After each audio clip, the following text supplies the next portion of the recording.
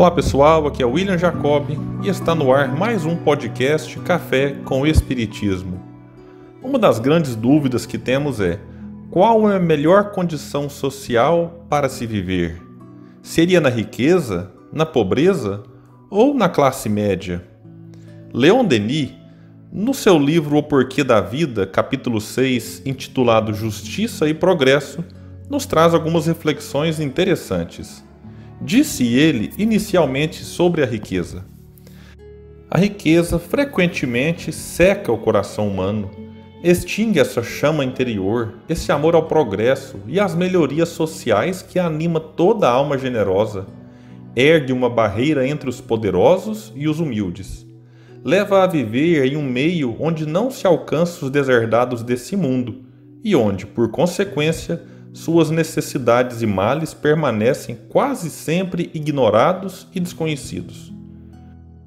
Olhando por este ponto de vista, não podemos negar que ser rico é, ao mesmo tempo, possuir grandes responsabilidades perante o coletivo, para que a riqueza não sirva apenas para o próprio proveito, mas para que ela possa aliviar as dores do outro, oriundas da falta, muitas vezes, de itens básicos para a sua sobrevivência.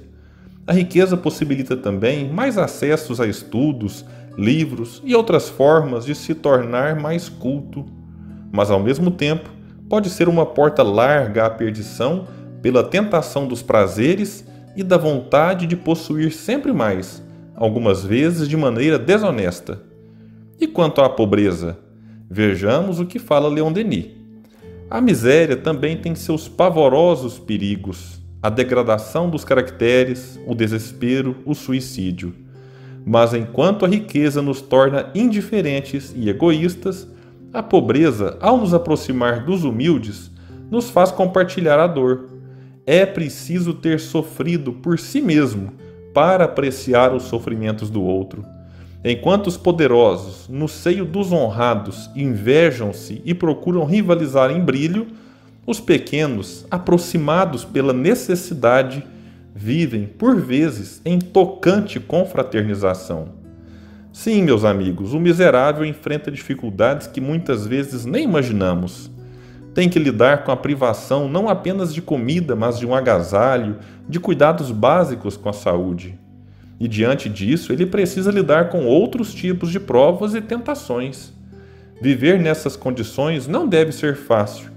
E chama a atenção que, em alguns casos, aqueles que pouco têm ainda encontram formas de dividir com o outro mais necessitado, porque ele já desenvolveu em si a empatia e a compaixão. Leon Denis nos traz um exemplo belíssimo a partir da observação do que ocorria com as aves no período de inverno. Disse ele: observem as aves de nossa região durante os meses de inverno, quando o céu está sombrio, quando a terra está coberta de um manto branco de neve. Apertados uns contra os outros, na borda de um telhado, aquecem-se mutuamente em silêncio. A necessidade os une. Mas vêm os belos dias, o sol resplandecente, a provisão abundante, e eles chiureiam, perseguem-se, combatem-se, dilaceram-se. Assim é o homem, doce, afetuoso com seus semelhantes nos dias de tristeza. A posse de bens materiais o torna, muito frequentemente, esquecido e duro. Mas então, qual seria a condição ideal? Diz Leon Denis que uma condição modesta convém melhor ao espírito desejoso de progredir, de adquirir as virtudes necessárias à sua ascensão moral.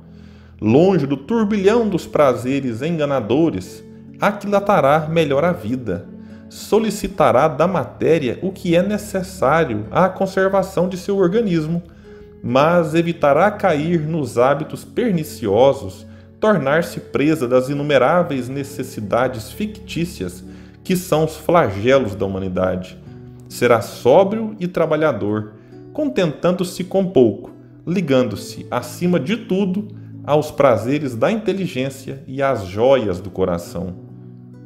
Então, meus amigos, independente da classe social e da condição em que nos encontramos, É importante termos consciência do nosso papel aqui neste planeta, das provas que teremos que lidar no dia a dia, sem jamais abrir mão da possibilidade de auxiliar e, se for o caso, de pedir ajuda. E quando tudo melhorar, e vai melhorar, que não percamos a capacidade de nos compadecermos do sofrimento alheio. Desenvolver a compaixão, a empatia e o senso de coletividade talvez sejam os grandes desafios do momento. Muita paz e até o próximo Café com Espiritismo.